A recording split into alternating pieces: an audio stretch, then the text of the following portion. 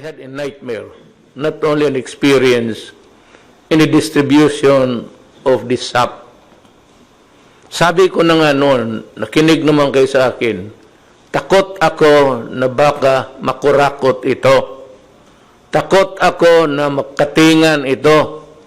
Kasi ayaw ko na mag-ano. Basta ganon. Sabi ko, baka. O, nangyari nga. Kita mo? Di ba sinabi ko sa inyo?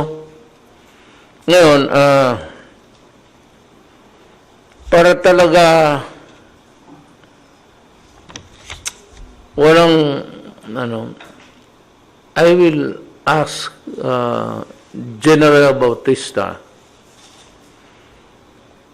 to use solely ang kanilang full charge sa DSWD. Alam ko walang tao. Ang order ko sa kanya, kanina nung nag-meeting kami, na he will request na kapwa niya sundalo noon, retired na. That's why he's with the cabinet.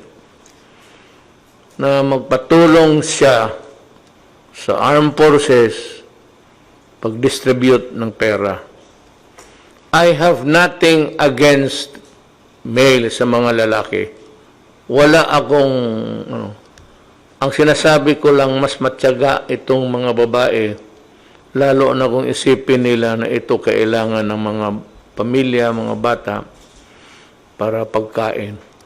The empathy, yung ng puso ng babae ang gusto ko. Kaya, sa mga babae na membro, maybe you will be commissioned to do that. But I have...